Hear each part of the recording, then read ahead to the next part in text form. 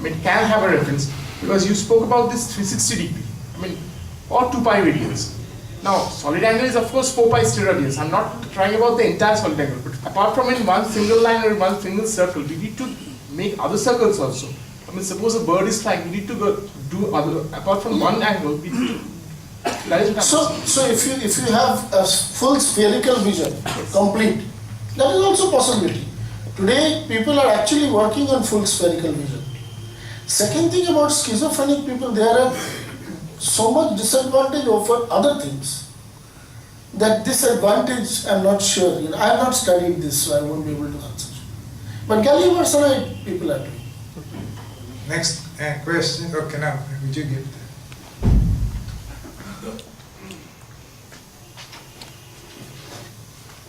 I have two questions. One is it possible to find the logic behind intuition?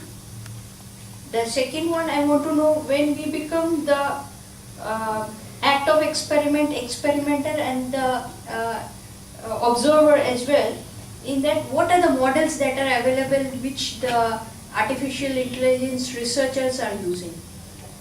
The first is about intuition. There are two schools of thought. The first school of thought says that intuition comes when you have thought deeply about that subject and assimilated it in your subconscious in such a way that instead of doing logical reasoning, the reasoning that is there in your brain accumulates and simultaneously provides you the solution. So people say that logical reasoning or step-by-step reasoning is a very lower form of reasoning. For example, when a person performs in the sitar or something, they don't do next, they just go, they think and it plays. Similarly, that is one form of controls by which assimilated information somehow self-assemblies and gives you a hint. This is one school of thought. The other school of thought says that it comes from a higher level of consciousness. And in a sense, both are correct, because that higher level, because of the infinity of things, people discretely assume, but there is no discrete, it's always continuum. So, in a sense, that both are true in some form. Next question, some The ladies here. second question, the models for... Oh yeah, the models.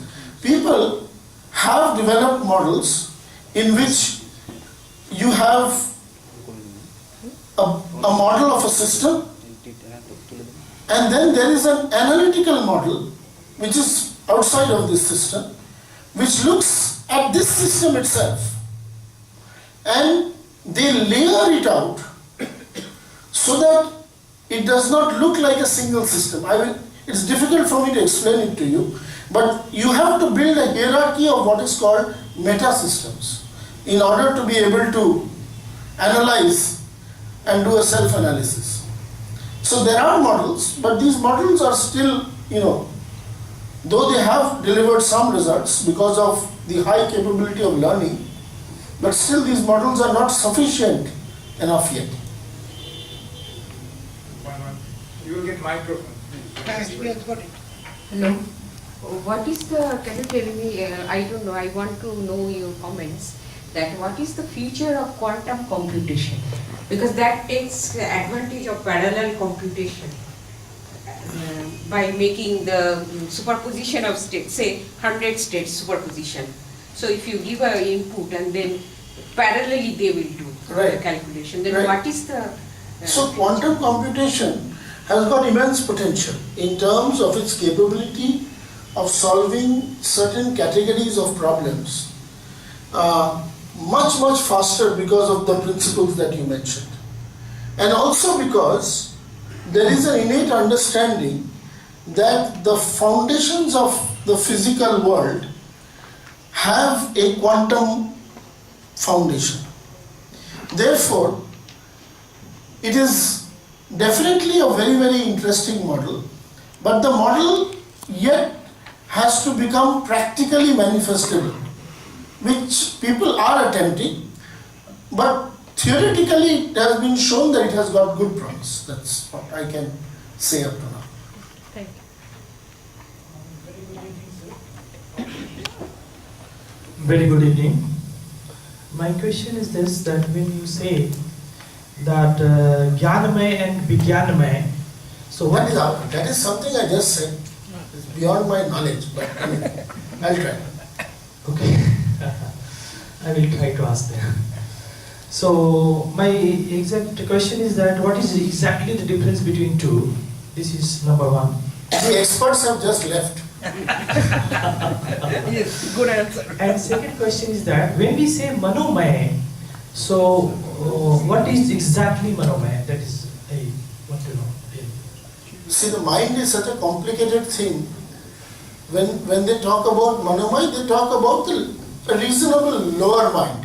The lower mind which is on which thoughts come and which does reasoning. So it is the state of the mind. Many times, when have you you need to experience the fact of what is Manomay. To experience what is Manomay,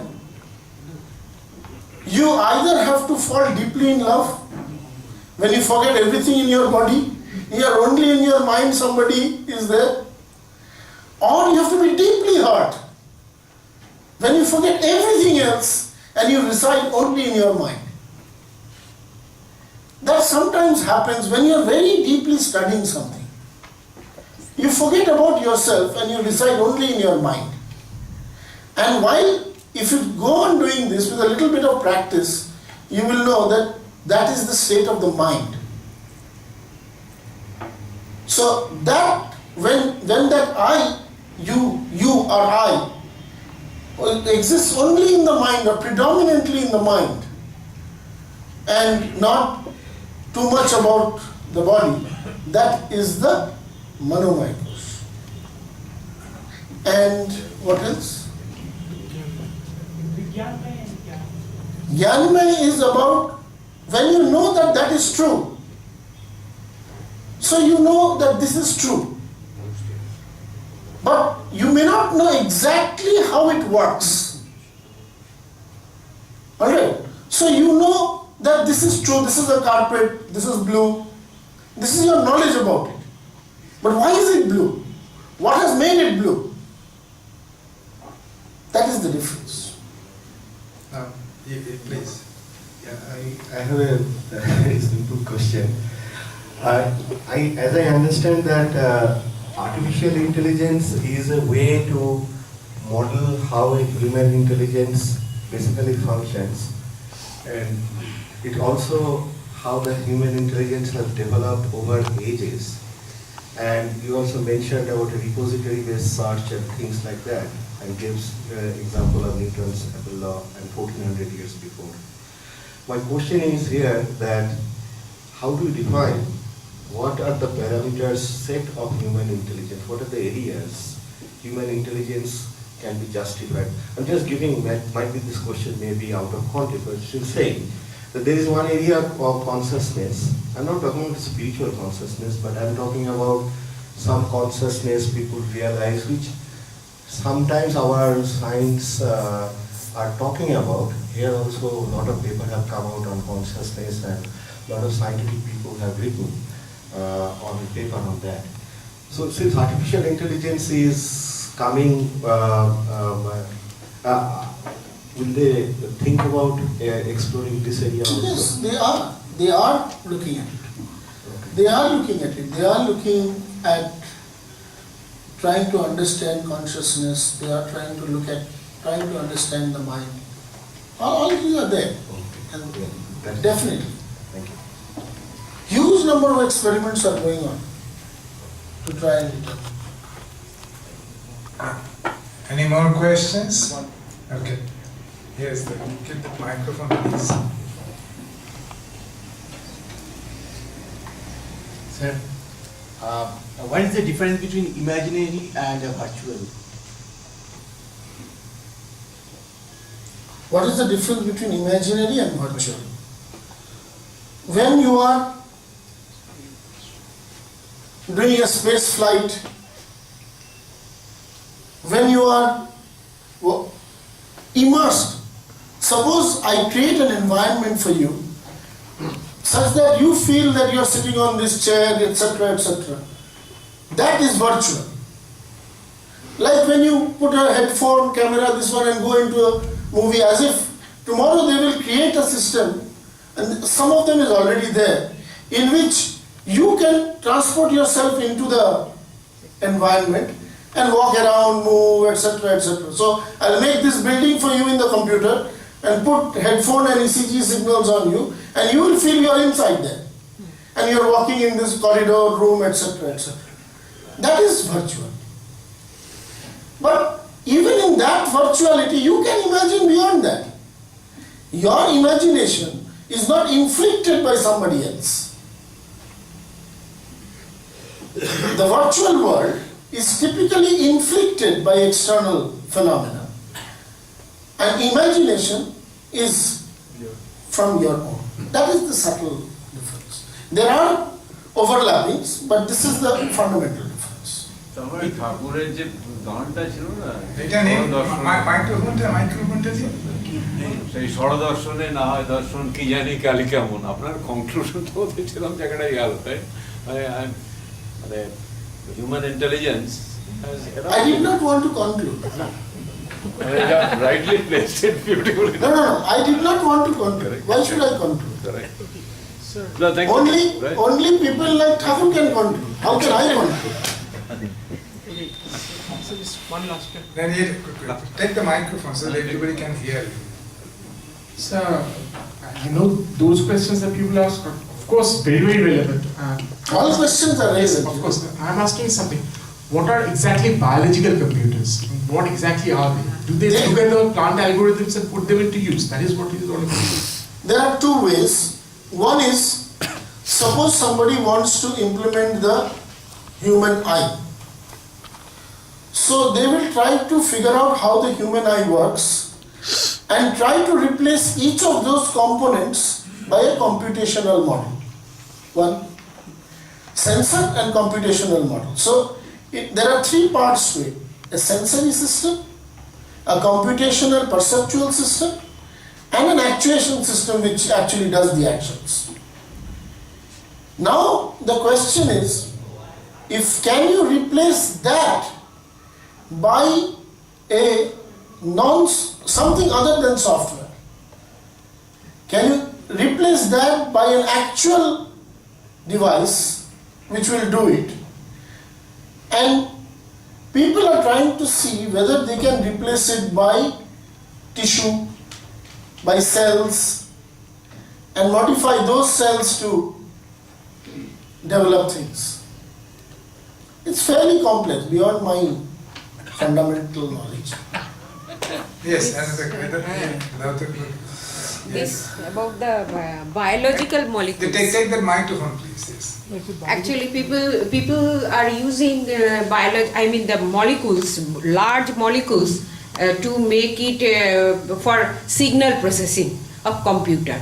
That will be advantageous compared to the present computer. I am asking. Everything has to be implemented. Everything will have its pros and cons. Everything will have its pros and cons. The people who are doing what is called molecular computing, by connecting molecules and interaction of molecules, they are trying to do signal transmission and computation. So that is a field, but even to understand that field, to see how molecules interact and to simulate that requires computation. So you can't escape that. Yeah, that's it. Thank you. More questions? There's one more. Did you raise your hand by any chance? No. Okay.